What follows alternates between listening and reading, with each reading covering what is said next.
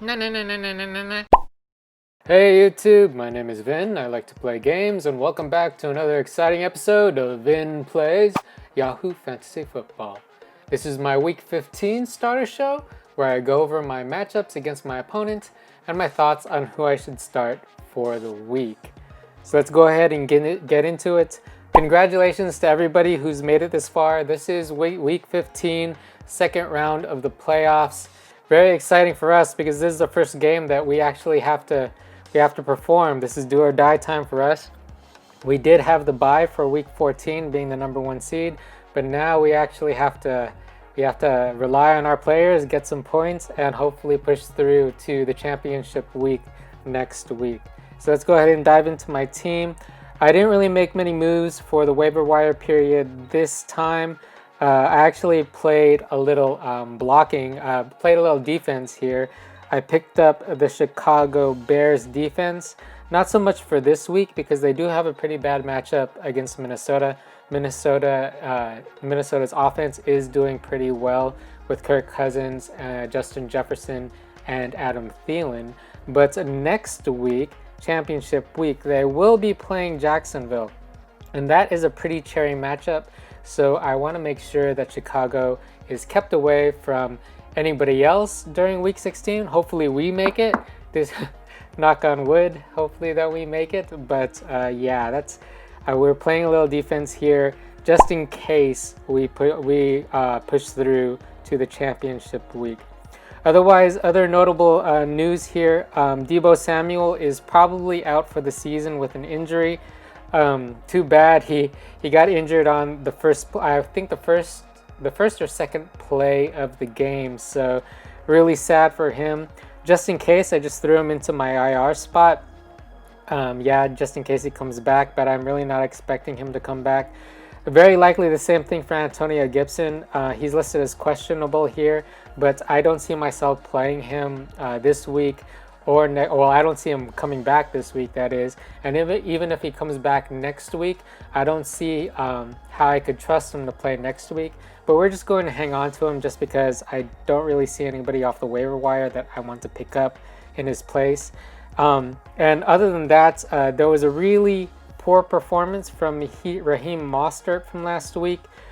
He was really part of a committee, a lot more than he has been for most of the year when he's been healthy anyways. But not only that, but he ended up hurting himself. So he's questionable for this coming week.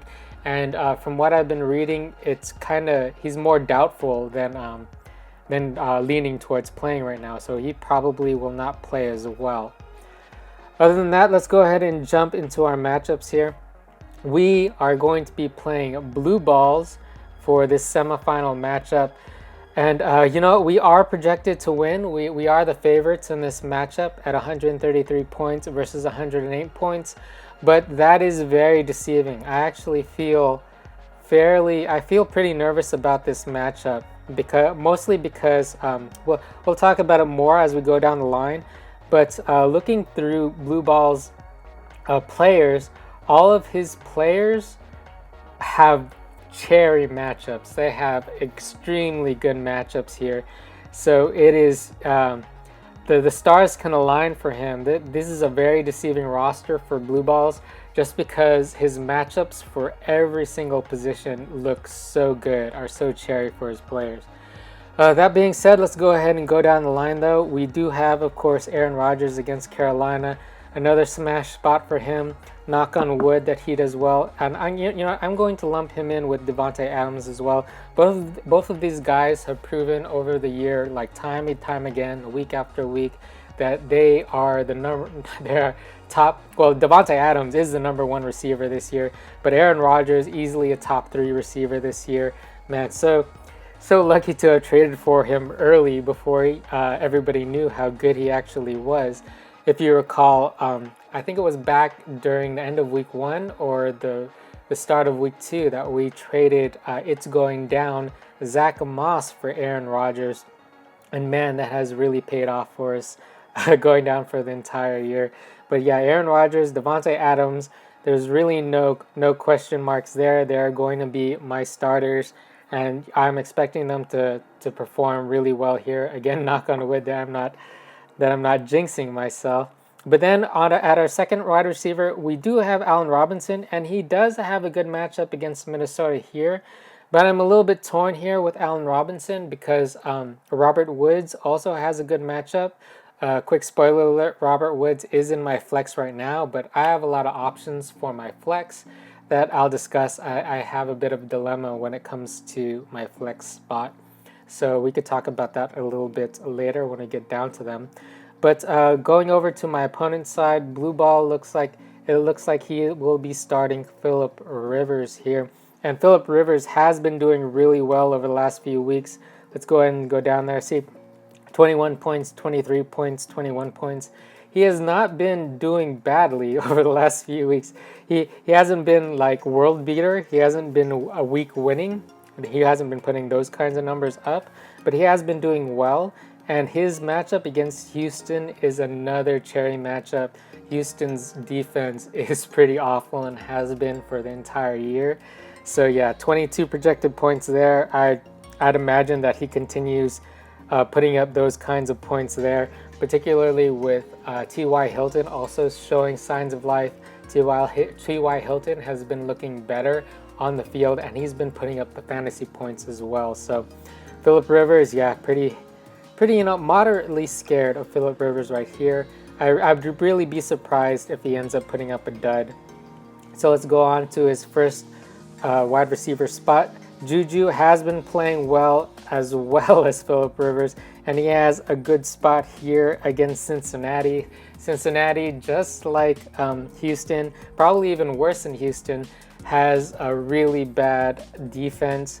So JuJu SmithSchuster, you know what, he's been dominating the flat routes. He's been dominating the short yardage catches, and he's been playing pretty well the last few games. 14 against Buffalo.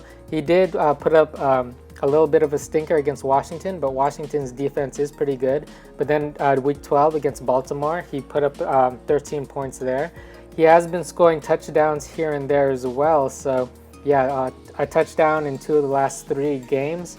So yeah, JuJu SmithSchuster, 11 points. I wouldn't be surprised if he gets more than that, to tell the truth, particularly since Deontay Johnson has been dealing with drop issues. So yeah, last game he dropped his first 2 passes, which were really easy passes too. They were right in his hands, and he just didn't see the ball into his possession. He didn't look the ball into his hands, and he ended up having really stupid drops. So if Deontay Johnson ends up doing that again, then JuJu SmithSchuster, Chase Claypool, and DeAndre Washington. That's not his name. The third Pittsburgh wide receiver is going to get additional work. So that is not outside the realm of possibility with JuJu SmithSchuster. I'm expecting at least 11 points for him. So that's a scary match. That's a fairly scary matchup for us as well. And then here we go, Mike Evans. Mike Evans has been playing surprisingly well, and he has a cherry matchup again against Atlanta. And any given week, Mike Evans could explode for a ton of points. This is a scary matchup. Atlanta has one of the worst secondaries in the league for the entire year. So the only saving grace is that Tom Brady hasn't really been throwing well deep. So hopefully, knock on wood again, that we don't jinx ourselves. Hopefully that proves to be the case here, that Tom Brady mostly throws shorter routes and throws shorter passes, or if he does throw deep, maybe he'll throw to Scotty Miller instead of Mike Evans. But yeah, Mike Evans is probably the top target in the red zone as well. So Mike Evans is really scary in this situation here. Let's go ahead and jump to our running back position. Not going to spend too much time on Nick Chubb. Nick Chubb is the man. He performs every single week. He's had 100 yards each and every game since he's been back. So Nick Chubb is a stud. We are starting Nick Chubb. This is another dilemma for me. I have Josh Jacobs here. He didn't do too well last game. Let's go to the game log, push the wrong button. but he didn't do too well last game against Indianapolis, I should say. But Indianapolis does have a good defense, so a little bit of an excuse from there. The Clippers. I keep thinking the Clippers, but the Chargers do have a bad defense, or do not have a good defense. So I'm expecting him to rebound here as well. But I'll go over it a little bit more when we go into our flex. But we really still do, surprisingly, considering how many injuries and how many poor performances we had last week. But we still do have a good amount of depth at the running back position. So we could easily swap Josh Jacobs out for another player. I'm actually torn on who I want to start at this position here. But right now, Josh Jacobs, he was our #1 pick when we started the year. So, you know that adage, you play your studs, you play your top draft picks. So Josh Jacobs is certainly good enough. Well, he's certainly good enough to explode himself. He could put up a 27, 25, 30-point game as well. So yeah, as of right now, Josh Jacobs is in my running back spot. Now going over to my opponent, oh my goodness, this guy has been super scary. Derrick frickin' Henry against Detroit, who has maybe the worst run defense of the entire league. They are up there with Green Bay for allowing points to the run. So yeah, Derrick Henry, dude, 35 points last game against Jacksonville. Cleveland, it was a little bit of a struggle against Cleveland. That was kind of a fluky type game, considering, he was game scripted out since Cleveland got out to such a huge lead to start. But the last 2 of the last 3 games, he was flirting with 40 points. And against Detroit this week, oh my goodness, we are in trouble. Josh Jacobs, Derrick Henry could easily put up 40 points. He could easily have a Dalvin Cook type game where he puts up close to 50 points. He could win the week for blue balls here. So yeah, Derrick Henry, man, this might be a really tough week for us. Hopefully, we drafted really late, if you recall. We drafted number 10. We were the 10th draft pick when we first started all those months ago in September. So we don't have the caliber of superstar that some of these other teams do, and our strength is the team. Our strength is the team, like this is real football, but our strength is our depth. So hopefully we can make up for what I'm anticipating is going to be an explosion week from Derrick Henry. If Derrick Henry doesn't put up 30 points this week, I'm going to be really surprised. But hopefully our depth could help mitigate some of these explosion spots here. And I'm certainly expecting Derrick Henry to explode. And I'm shaking in my little booties. I'm shaking in my Christmas booties at the thought of facing Derrick Henry this week. Going over to his second running back spot, David Montgomery has been playing super good these last few weeks, and it's mostly been because of his schedule. Green Bay during week 12, Detroit during week 13, Houston last week, and now Minnesota, which is another pretty cherry matchup here. He's proven it the last 3 weeks against bad defenses. He could put up points. He's getting the workload. He's catching the passes. Yeah, so 20 points here. You know what? His projection is 13. I'd be really surprised if he didn't flirt with around 20 points, 15 to 20 points. That is another pain point for us as well. It is looking, just going down the list, it is looking really good for blue balls here. And just looking at it even closer now, going down the list, I'm getting really concerned. But going to our tight end position, again, I don't really need to say much about Darren Waller. Darren Waller is a stud. He had kind of an up and down game last game with 11 points against Indianapolis. Again, Indianapolis, the Colts do have a good defense, so I give him a pass on there. The Chargers, bad defense. He should get 12, 13 points like his projection shows, but he has the upside for 30 plus points like he did against New Jersey. I keep seeing New Jersey when I see that NYJ. Against the Jets, I should say, the New York Jets. So not too worried about Darren Waller here. That's probably our one big upside when it comes to this week. Again, knocking on wood. I don't want to jinx myself. But looking at the other side, Eric Ebron has also been doing well. He's been really involved in that Pittsburgh passing game. And against Cincinnati, again, just like JuJu SmithSchuster, that is a smash matchup for him. I wouldn't be surprised. I'm actually anticipating that he probably will be catching a touchdown during this week. Hopefully it'll just be a touchdown and really short yardage here. Yeah, but that is another cherry matchup for Eric Ebron and for Blue Ball's tight end spot. So yeah, this is looking to be a really scary week. All right, for our flex right now, we do have Robert Woods, Mr. Reliable himself. He's been kind of up and down the last couple of weeks. Against New England, he didn't really do all that much, but I think that was partly game script as well, because the Rams were able to run so effectively against New England, surprisingly effectively, because New England's defense is strongest at the run position, but at stopping the run, I should say. But this week, he has a super cherry matchup against the Jets. So yeah, that projected points, 14 points. I really expect him to get somewhere around there. But the thing is, his upside isn't as high as some of the other players on my squad and on my bench. So if I wanted to go for upside, I'd probably stick somebody else in here. Right now, I have Robert Woods, but in a minute, I'll go over who I'm considering starting instead of Robert Woods in this position.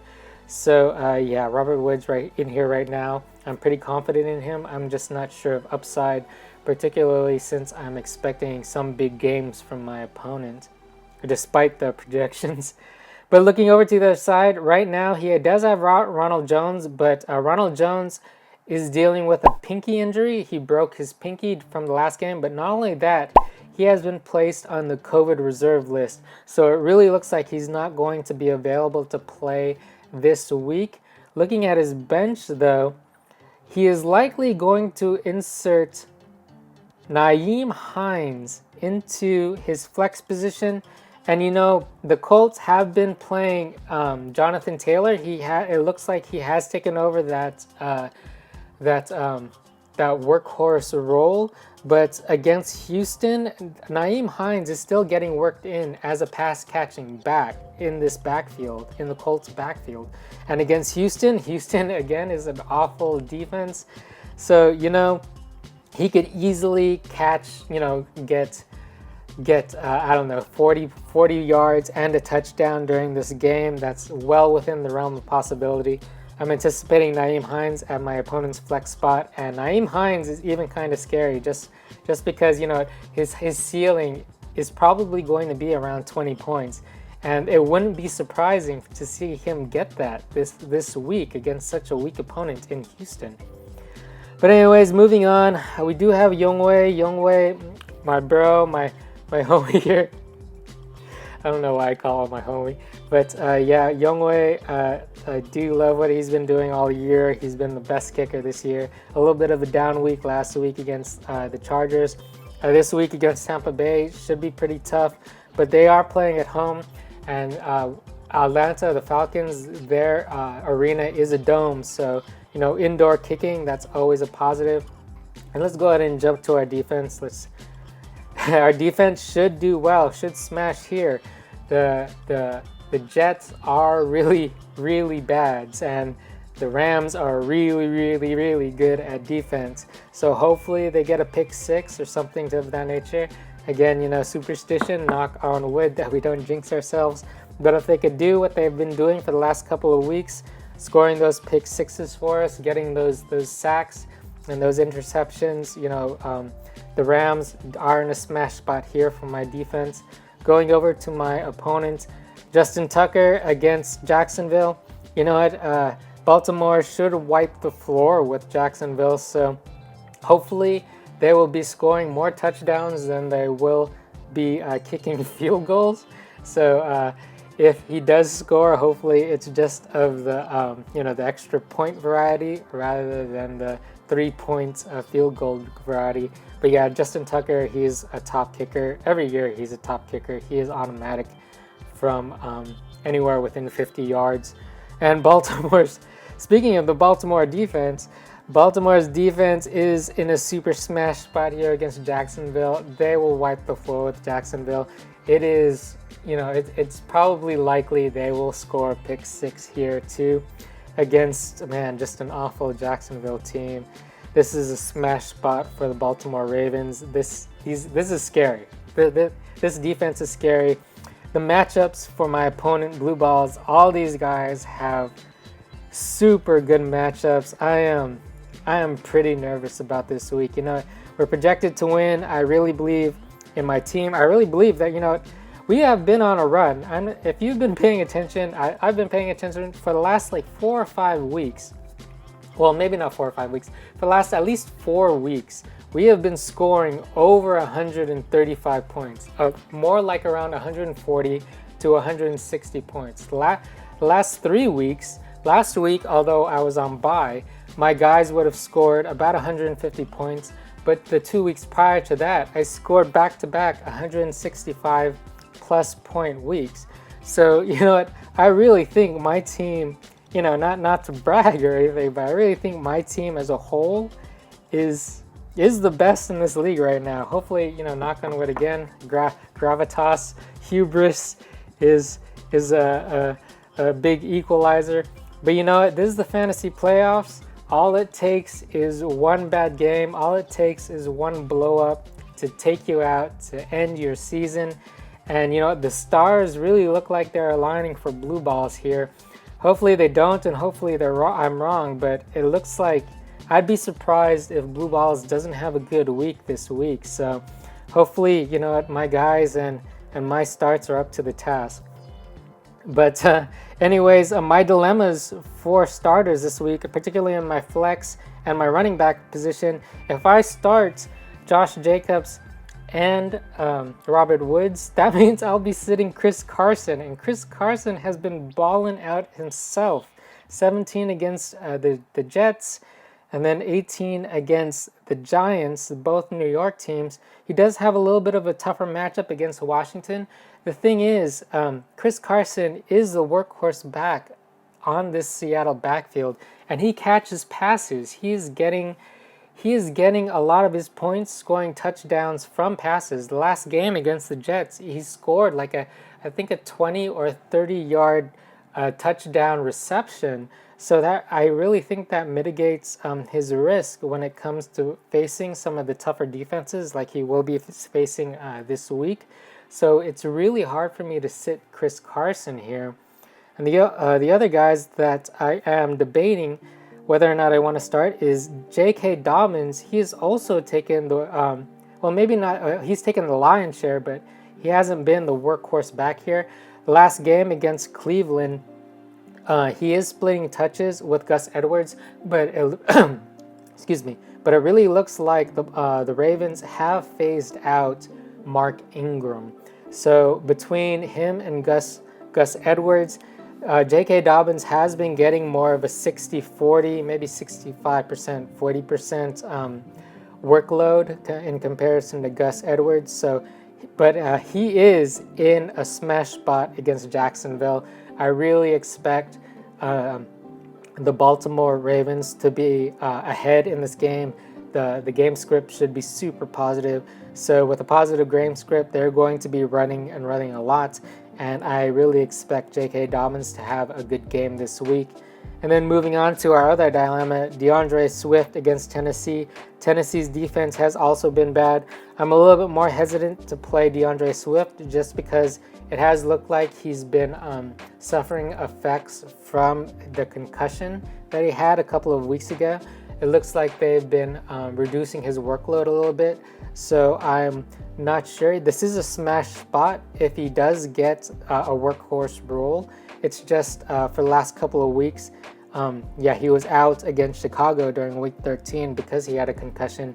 And last week, it looked like they weren't using him as much. They were easing him back in against Green Bay because Adrian Peterson did get a significant workload against them. And I think that pretty much covers everything, all of my dilemmas, and more or less who I'm leaning towards starting this week. Yeah, Robert Woods. I'm not sure. Robert Woods, Chris Carson, J.K. Dobbins, DeAndre Swift. If anybody has any suggestions, please go ahead. Feel free to leave a comment down below and let me know what you think, because yeah, it's going to be coin flip time here. I'll probably really lean on the footballers' rankings to see, yeah, to see who I should start, because we do have a lot of options, and we do have a scary matchup here against the Blue Balls. And with that thought, I think this is where we'll end the show. Thanks again so much for watching another episode of Vin Plays Yahoo Fantasy Football. My name is Vin. I like to play games, and I'll see you next time.